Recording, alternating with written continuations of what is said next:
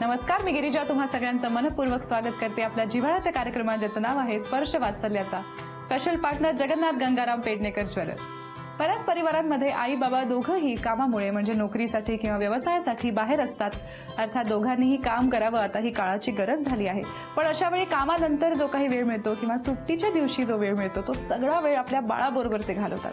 ते सगळे क्षण त्यांच्यासाठी अत्यंत अनमोल असतात. आज आपण आलो आहोत पुण्यातल्या आकुर्डी परिसरात, जिथे आपण भेटणार आहोत गायकवाड कुटुंबातल्या छोट्याशा तनुषला. जरा त्याच्या कुटुंबियांची गप्पा मारूया. स्पर्श सुखाचा बालपणाचा अनुभव चलाता, स्पर्श वाचल्याचा, स्पर्श वाचल्याचा, स्पर्श वाचल्याचा.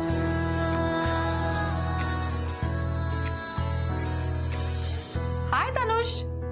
हाय, तू कसा आहेस? हे म्हणतात का तुमच्या? हे से हाय. हाय करा. ओके, हाय. हात हलवलाय. आमची हळूहळू मैत्री होते. तोपर्यंत जाणून घेऊया हे सगळे तनुषचे कोण आहेत. तुमच्यापासून सुरुवात करूया. मी तनुषची आई. माझं नाव दीपाली कौतुक गायकवाड. ओके. मी तनुषचे बाबा. माझं नाव कौतुक बाजीराव गायकवाड. ओके. मी तनुषची काकू आजी वर्षा सावंत. मी तनुषची आत्या प्रतिभा पार्टे. ओके. मी तनुषचा आजोबा विजय सावंत. मी तनुषची आत्या सपना मोहिते. नमस्कार, मी तनुषचे आजोबा बाजीराव रामचंद्र गायकवाड. मी तनुषची आजी मानिनी बाजीराव गायकवाड. अरे वा, सगळ्यांची ओळख झाली आहे. आता गप्पा मारूया तनुषच्या आई बाबांची. काय, कसं ठरलं लग्न? Love marriage, arrange marriage? नाही, अरेंज मॅरेज. मग कसा बघण्याचा कार्यक्रम झाला होता? हो, कम्प्लीट. कोणाकडे? आमच्याकडे. तुमच्याकडे. त्यांचं नाव फारच युनिक आहे. तर नावच युनिक आहे, त्याच कारणाने लग्नाचा होकार जरा लवकर झाला. नाव युनिक आहे. त्रास झाला का मजा यायची शाळेत, कॉलेजमध्ये? शाळेमध्ये मॅडम म्हणायचे किती कौतुक करायचं तुझं. पण मग कौतुक करण्याला वागायचा का नाही? दोन्ही व्हायचं, 50-50 व्हायचं ते शाळेमध्ये. आणि लग्नानंतर किती वर्षांनी जन्म झाला तनुषचा? 5 वर्ष. 5 वर्षांनी. आता तुम्ही बघा, नावही तनुषचं असं ठेवलंय की पटकन कोणाला तरी तनुज वाटावं. त्याचंही त्याला 2 वेळा नाव, म्हणजे हे बाबांकडनं आय थिंक त्यांनी इनहेरिट केलंय की नाव 2 वेळाच घ्यावं लागणार आहे आपल्याला. राईट. आणि आता तनुष किती महिन्यांचा आहे? आता 9 कम्प्लीट आहे. 10th running, 10th रनिंगचा. ठरवलं होतं इतका वेळ थांबायचं किंवा असं काही प्लॅन केलं होतं मुलाच्या बाबतीत? ठरवलं असं नव्हतं. काही बेसिक गरजा ज्या असतात आजकालच्या लाईफमध्ये त्या कम्प्लीट करायच्या होत्या. मग गुड न्यूज पहिल्यांदा कळली कशी, सांगितली कशी सगळ्यांना? काय झालं होतं?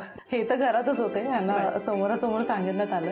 अदरवाईज म्हणजे आई वडिलांकडे, यांच्या आई वडिलांकडे आम्ही घरी गेलो होतो, गुलाबजाम घेऊन गेलो होतो सांगण्यासाठी. आणि ऑब्व्हियसली थोडी म्हणजे लाज वाटत होती, अवघडत होतं. रदर कधी असं बोलणं आधी झालंच नाही, तर त्याच्यामुळे मग ते जरा अवघडलं. पण स्टील त्यांना पण भरपूर आनंद झाला. ते पण भरपूर आतुरतेने वाट बघत होते. यांची पहिली प्रतिक्रिया काय होती? अति आनंद. अति आनंद. अति आनंद. मोस्ट अवेटेड होते. 5 वर्ष झाले होते आणि मला लहान मुलं आवडत होते आणि बरेच जणांकडनं टॉन्टिंग व्हायचं आणि सांगण्याचं की बास झाला, आता खूप टाइम घेतला तुम्ही, आता सरकार आवडे. 3 होऊ दे मेंबर, गाडीत मेंबर वाढत होते तुमच्या, 2च फिरताय तुम्ही, 3रा मेंबर येऊ दे. असं बरंच गावी व्हायचं, घरी व्हायचं, इथे बरेच ठिकाण व्हायचं. बरं, त्यामुळे आता ठरवलं होतं की तू माझ्या घरी सांग, मी तुझ्या घरी फोन करून सांगेल. त्यामुळे असं ठरवलं होतं. आणि यांनी तुमच्याकडे मी सांगितलं? तिकडे घरी सांगितलं. अरे वा, किती छान. आणि कशी होती प्रेग्नन्सी? डोहाळे कसे लागले होते? काय खास? डोहाळे अजिबात लागले नाही. बरं. नॉशा झाला मला. बरं. मला नॉनव्हेज अजिबात खायची इच्छा व्हायची नाही. इव्हन म्हणजे मला स्मेल जरी आला तरी त्रास व्हायला लागायचा. अरे बापरे. तर म्हणून नॉनव्हेज कम्प्लिटली बंद. आणि आमच्याकडे नॉनव्हेज प्रेमी भरपूर आहेत. पण माझे डोहाळे म्हणजे ह्यांना शिक्षा झाली ऍक्च्युली ती. आणि मी 9 महिने जसे काढले तसे त्यांनी पण नॉनव्हेज न खाता 9 महिने काढले. झालं. ऑप्शन नव्हता काही. मग जरा थोडं घराबाहेर फेरी मारून येतो. अजिबात नाही. आणि रात्री अपरात्री काहीतरी खावंसं वाटलंय, असं काही घडलं का? मी वाट बघत होती की रात्री कधीतरी मला सांगेल 2 वाजता 1 वाजता हे पाहिजे ते पाहिजे. पण असं काहीच झालं नाही. एखाद्या दिवसात हाऊस म्हणून करायचं की दोघंही वर्किंग त्यांनी कौतुकाने आणून दिलं असतं तुम्हाला. अच्छा. आणि डिलिव्हरीच्या वेळेला कसं धावपळ झाली का? काय काय झालं? डिलिव्हरी ऍक्च्युली माझी माहेरी झाली बर. आणि त्यावेळेस हे इथेच होते. माहेर कुठलं? माहेर तारापूरला, तारापूर. बोईसर. आणि अचानकच म्हणजे प्लॅनच्या आधीच डिलिव्हरी झाली, त्याच्यामुळे मग ह्यांची जास्त दगदग झाली, धावपळ झाली. बर. आणि कधी नव्हे ऍक्च्युली युजली आम्हाला 250 किलोमीटर आहे डिस्टन्स इथून पुण्यापासून बोईसरला हो, जायचं. आणि त्यावेळेसच नेमके ह्यांना तिथे पोहोचण्यासाठी इतका वेळ झाला, राधा ते ठाण्यातच भरपूर ट्रॅफिक. ठाण्यामध्ये मी साधारणतः 1 पाऊण तास अडकलो होतो. म्हणजे पूर्ण पाऊण तास गाडी हलत सुद्धा नव्हतं, एवढं ट्रॅफिक कधी लागत नाही, पण त्या दिवशी लागलं होतं. आणि एक्सपेक्टिंग म्हणजे पिक्चर स्टाईल मी वाट बघत होते की नाही का, म्हणजे आपण ओटीच्या बाहेर थांबलेलो आहे आणि नर्स बाहेर येते बाळाला घेऊन की बाळाचे वडील कोण आहेत, तू अभिनंदन किंवा काय. पण तो पण मिस झालं होतं. ऑन द वेच असताना सासऱ्यांचा फोन आम्हाला आला होता की अभिनंदन, मुलगा झालेला आहे, व्यवस्थित आहे, नॉर्मल. तेव्हा कुठे तो क्षण miss out on the way होतो. म्हणजे साधारणतः तिथून सुद्धा 50-60 किलोमीटर डिस्टन्स होतो. सो फायनली पोहोचलात आणि मग बाळाला हातात घेतलं. हा, ते एक होतं की म्हणजे मी सांगितलं होतं की मी कुठल्याच बाळाला हातात घेत नाही आणि घेतलंही नव्हतं. पण त्या दिवशी काय झालं माहित नाही, गेलो तिथे बघितलं आणि मी डायरेक्ट त्याला बाळाला उचललो. ते लहान बाळ आहे, मी घाबरतो, नको मला नाही, उचलायला, असं असं पहिल्यांदा direct होतं, भीती होती मनात. आणि नंतर मग त्या दिवशी त्यांनी स्वतःहूनच बाळाला घेतलं. अरे वा. आणि मग कसं वाटतं पहिल्यांदा? छान वाटलं. आपलं बाळ हातात घेतलं. बाळ हातात घेतलं, फिलिंग वेगळं होतं. म्हणजे बोलता येत नाही, पण तो आनंद मनामध्ये जास्त वेगळा होता. जबाबदारी जाणवली का? जबाबदारी जाणवली, पण तेवढं नंतर हळूहळू थोडी जाणवली. त्या क्षणी असं त्या क्षणी असं काय वाटलं, ओके बाळ आहे का, आपलं बाळ आहे असं. ओके. आणि आई कसं वाटलं पहिल्यांदा बाळाला? भरपूर छान. बाळाचा पहिल्यांदा आवाज जेव्हा आला ना, तेव्हाच सगळं, म्हणजे मी डॉक्टरला इतक्या वेळा थँक्यू बोलले असेल की लाईक म्हणजे ते माझ्यासाठी देवच होते असं वाटलं मला. लिटरली भरपूर आनंद झाला. काय स्वप्न पाहिले त्याच्यासाठी? पुढे तरी काय करावं असं वाटतं? मला विचारलं तर मला असं वाटतं की त्याने डॉक्टर व्हावं. डॉक्टर व्हावं असं वाटतं. व्हावं. ओके. माझी इच्छा की त्याने स्पोर्ट्समन व्हावं. स्पोर्ट्समन व्हावं. मग आता काय ह्याचं काय करायचं? नाही, ती त्याची आवड. त्याची आवड असेल, शेवटी त्याची फायनली आवड. तो घेणार आहे की काय. हे त्यांना वाटतंय. शेवटी तो काही ठरवू शकतो. मराठी माध्यम, इंग्रजी माध्यम काही ठरवलंय का? इंग्रजी माध्यम पण महाराष्ट्र बोर्ड. असं काय स्पेसिफिक नाही की दिल्ली बोर्ड पाहिजे किंवा इंटरनॅशनल बोर्ड, असं काही नाही. महाराष्ट्र बोर्ड. सो इंग्रजीही शिकणार आणि मराठीही शिकणार. मराठी शिकणार. आणि मराठी कोण शिकवणार, इंग्रजी कोण शिकवणार, काय वाटतं? भाषा कोणाची स्ट्रॉंग आहे? वडिलांची, आजोबांची. आणि तुमच्या दोघांपैकी आता ते तुमच्या बरोबर आम्ही त्याला राहत नाही सगळं ना? एकदम प्रत्येकाचे mix सब्जेक्ट असे डिवाइड झालेले आहेत. हा. तुमचे काय वडिलांकडे सब्जेक्ट? मॅथ्स, माझ्याकडे ड्रॉइंग असेल. इंग्लिश मधला एखादा डाऊट असला घरी तर तुमच्यापैकी कोण सोडवेल? कोणी तर कुणी सोडवलं असं? दोघांपैकी दोघंही तयार आहात? येस. ठीक आहे. मग मी एक प्रश्न विचारते. त्याचं आता उत्तर कोणी द्यायचं ते ठरवून सांगावं. दोघेही दोघेही दोघेही दोघेही. आता बघूया प्रश्नाला तोंड कोण देत आहे. काय ठरवा आपसात, कोण माझा प्रश्न? तुम्ही करताय. एबीसीडी उलटी म्हणून दाखवा आम्हाला. मला जे शिकवलं शाळेत ती सरळ शिकवली. आता उलटी म्हटलं तर अवघड होईल. आम्हाला म्हणून दाखवा की सरळ एबीसीडी. तर काय तुमच्या मुलाला येवा नाही आली असेल? नाही अजून ZYX. झालं. इंग्रजीची बोंब आहे जरा. उलट बोलायला लागलं की सगळ्यांची बोंब आहे. बरं बरं. मराठी छान येते दोघांनाही. मला बाराखडी म्हणून दाखवा. मी असं ऐकलंय तुम्ही बाळाची खूप छान मिमिक्री करता.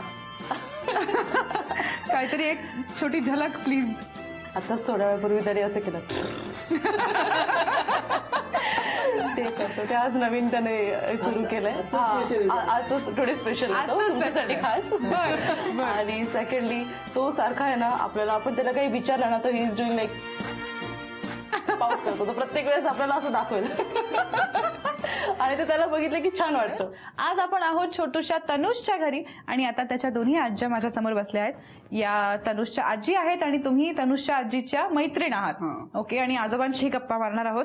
तर सगळ्यात आधी तुम्हाला विचारते, सुनबाईंनी जेव्हा गुड न्यूज दिली तेव्हा कसं वाटलं होतं? खूप छान वाटलं. छान वाटलं. 5 वर्षांनंतर मिळाली तर असं वाटायचं का की आता कळवा आम्हाला जरा गुड न्यूज, होऊ द्या आता, प्लॅनिंग संपू द्या? बरेच जण सगळे बोलायचे. ओके. गावी गेले की गावी पण सगळे कधी सांगते गुड न्यूज लवकर जरा बोलायचे. मग कधी सुनबाईंकडे हट्ट केला होता का? नाही असं काही नाही केलं. मग लेकाला सांगितलं होतं का जरा तर बरं विचार थोडा, असं सांगितलं होतं? ओके. आणि तुम्ही यांना कधी विचारलं होतं का की कधी देतेस गुड न्यूज म्हणून? मी तिची मैत्रीणच आहे. तर आमचं नेहमी चर्चा व्हायची त्या विषयावर की आता 4 वर्ष झाली आता व्हायला पाहिजे. ती मला सांगायची तू सांगते का, मी तिला सांगायची नाही तू सांग कौतुकला.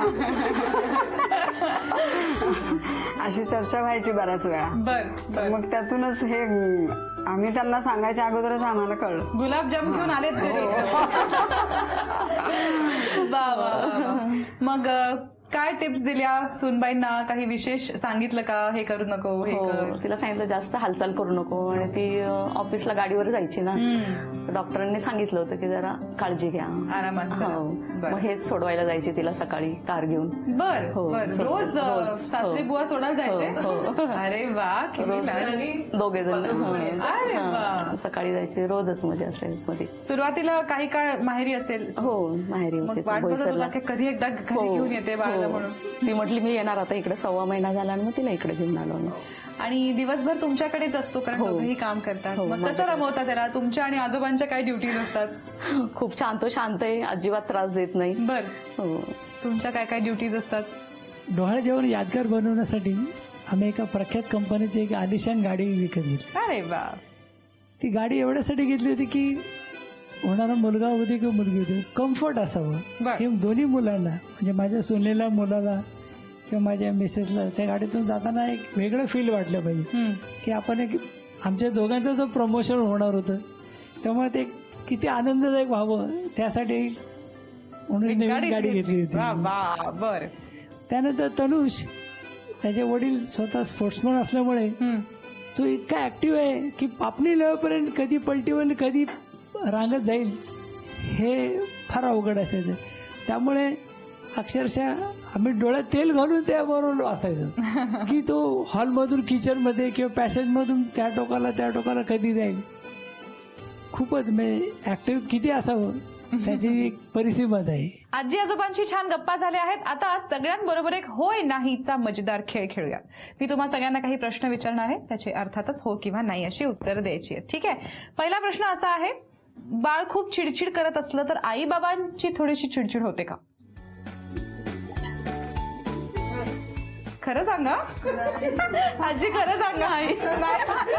त्या एकाच आजोबांचं हो असतं. तुम्ही हे काय गुपित उलगडलंय आज सगळ्यांसमोर?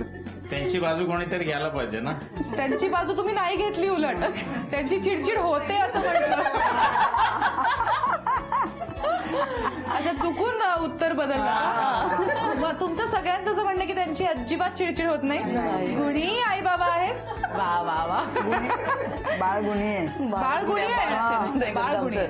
बाळ चिडचिड करत नाही, मला काही मार्क नाही. बाळ रडत असलं तर त्याला शांत करण्यासाठी किंवा कधी कधी गप्प बसवण्यासाठी मोबाईल फोन हातात दिला जातो का? मग करा ना हो.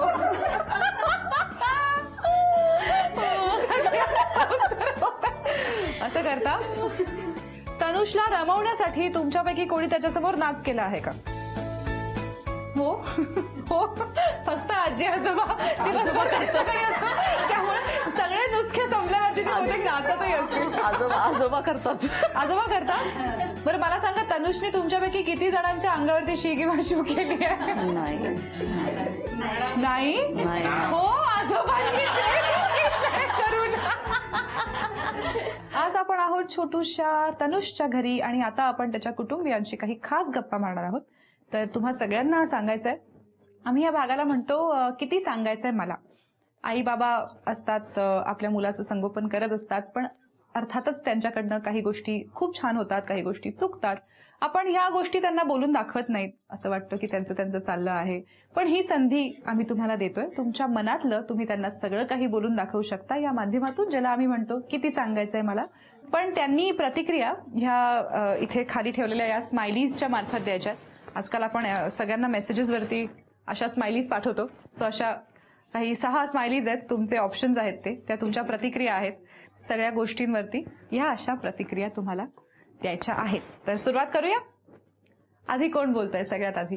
आजकालचे हे नवीन पिढीतले आई बाबा आहेत ना, मुलांना खाऊ घालताना, झोपवताना किंवा खेळवताना फार मोबाईलचा वापर करतात. अगदी त्याच्यावरती बडबडगीत, छोटी गाणी लावतात आणि मग मुलं त्याचे ऍडिक्ट होतात असं दिसतंय. तर मला कौतुकला आणि काव्याला सांगायचं की तनुषला जितके दिवस ठेवता येईल, जितके जपता येईल तेवढं मोबाईल पासून लांब ठेव. ओके, फार छान मुद्दा आहे. काय प्रतिक्रिया तुमची? ओके, त्यांना पटलंय आणि ते प्रयत्न करतील हो ना. Yes yes. ओके, अजून कोण काय सांगताय? मी कौतुकचं कौतुक करणार आहे. काव्या तर बेस्ट मदर आहे, पण युजली जेंट्स एवढं लक्ष देत नाहीत. म्हणजे पॅरेंटिंग करताना बरोबर. कौतुक इतकं लक्ष देतो, म्हणजे त्याच्याकडनं बघून असं लोकांनी इन्स्पायर व्हावं इतकं तो देतो. आणि मला असं वाटतं की त्याने ती साथ काव्याला शेवटपर्यंत द्यावी. अरे वा, कॉम्प्लिमेंट्स, अजून कॉम्प्लिमेंट्स येत आहेत. कौतुकजी, काय प्रतिक्रिया? अजून कोणाला काय सांगायचं? तनुजचा आजोबा म्हणून मी एवढं सांगू इच्छितो की कौतुक आणि काव्य हे खूप चांगल्या पद्धतीने आमच्या तनुजचा सांभाळ करतात, त्याबद्दल शंकाच नाही. वा. परंतु कौतुक स्पोर्ट्समन खेळत असल्यामुळे त्याच पद्धतीने आमच्या नातवाचे हाल करतो की एवढे त्याच्याकडे व्यायाम करून घेतो ना की मला सांगूशी वाटतं की अजून त्याचं लहान आहे, व्यायाम करून घ्या, पण थोडं जरा काळजी घ्यायची. आणि ते बघितल्यानंतर आमच्या डोळ्यातच पाणी येतं. तेवढी काळजी घ्या. या बाबतीत तुमचं अजिबात कौतुक नाहीये त्यांना. तो रडत नाही त्यामुळे चालून जातं आमचं, म्हणजे काय हरकत नाही, त्यालाही काही घाबरत प्रॉब्लेम असेल, नाही. रडलं तर अजून करून घेतील म्हणून तो घाबरून करून घेत असेल. पण तुम्ही तुमच्या आकाराच्या कोणाशी तरी खेळा ना कुस्ती. ते काय बिचारा खेळणार तुमच्याशी? असं म्हणतात ना इंग्लिशमध्ये, pick on somebody your own size. चला, सगळ्यांच्या मनातलं आपण सगळं जाणून घेतलंय, बऱ्याच कॉम्प्लिमेंट्स मिळाल्यात. पण तुम्ही दोघं एकत्र आहात, त्याचा सांभाळ करताय. अर्थातच पार्टनरकडनं अपेक्षा असतात, काही गोष्टी थोड्याशा बदलाव्या अशी इच्छा असते. ते तुम्हाला अर्थात आपापसात माहितीही असेलच. तर या निमित्ताने सगळ्यांच्या साक्षीने आणि खास म्हणजे तनुजच्या साक्षीने एकमेकांना काय प्रॉमिस कराल, काय बदल करणार आहात स्वतः? हात धरून आम्ही प्रॉमिस करायला लावतो. हात धरायला पाहिजे. धरा बरं हात. त्याच्या फ्युचरसाठी ज्या काही गोष्टी असतील त्या पूर्ण करण्यात येईल माझ्या बाजूने, असं मी तुला प्रॉमिस करतो. मी माझ्याकडून असेल की मी प्रयत्न करेन की लवकरात लवकर घरी येईन. जास्तीत जास्त वेळ मी त्याला देईन आणि त्याचा नीट सांभाळ करेन. ओके, तनुजच्या आई बाबांनी त्याच्या साक्षीने एकमेकांना प्रॉमिस केलं आहे. आता त्यांच्याबरोबर एक मजेदार खेळ खेळूया. तर खेळ असा आहे की इथे एका बोलमध्ये काही फुगे ठेवले आहेत, त्या फुग्यांवरती काही लेटर्स लिहिले आहेत. आपल्याला तनुजच्या नावामधले 4 लेटर्स, TANU, तनु असं त्याचं छोटंसं नाव तयार करायचं आहे. त्या लेटर्सचे फुगे आपल्याला फुगवायचे आहेत. ठीक आहे, 4 फुगे फुगवायचे आहेत. 2 मिनिटांची वेळ आहे. ट्विस्ट असा आहे की तुम्ही एकमेकांचा एक हात धरलेला असणार आहे. ओके, तुमचा उजवा, तुमचा डावा. धरा बरं, असा हात धरून ठेवायचा आहे.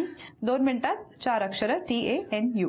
ठीक आहे, क्रम तुम्ही कसाही करू शकता. अच्छा, आणि जर तुम्ही हे केलं तर तुम्ही जिंकणार आहात तनुजसाठी झी युवातर्फे खास मानाचा चांदीचा बाळकृष्ण. रेडी? हो. जिंकायचंय? येस. ओके, तुमची वेळ सुरू होते आता.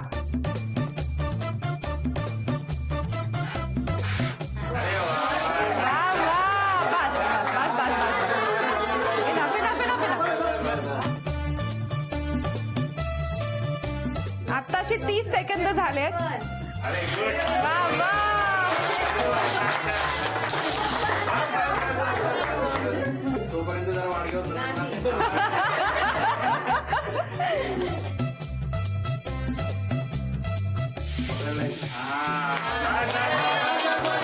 बस, अरे वा, 1.5 मिनिट झालाय.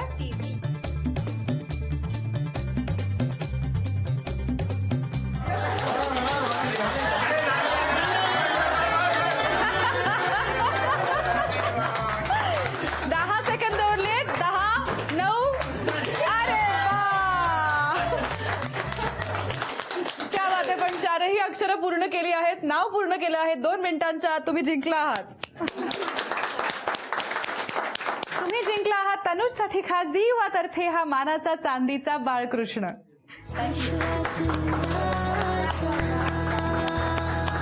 तनुज आणि गायकवाड कुटुंबियांबरोबर आज गणेशोत्सवातला हा विशेष भाग खास रंगला. आशा आहे तुम्हाला भाग आवडला असेल. पण आता इथेच थांबणार आहोत. आता भेट पुढच्या भागात, अर्थात एक नवं बालपण साजरं करण्यासाठी आपल्या जिव्हाळ्याच्या कार्यक्रमात, ज्याचं नाव आहे स्पर्श वात्सल्याचा. Special partner Jagannath Gangaram Pednekar jewellers. पुन्हा एकदा जाता जाता गणपती बाप्पा मोरया.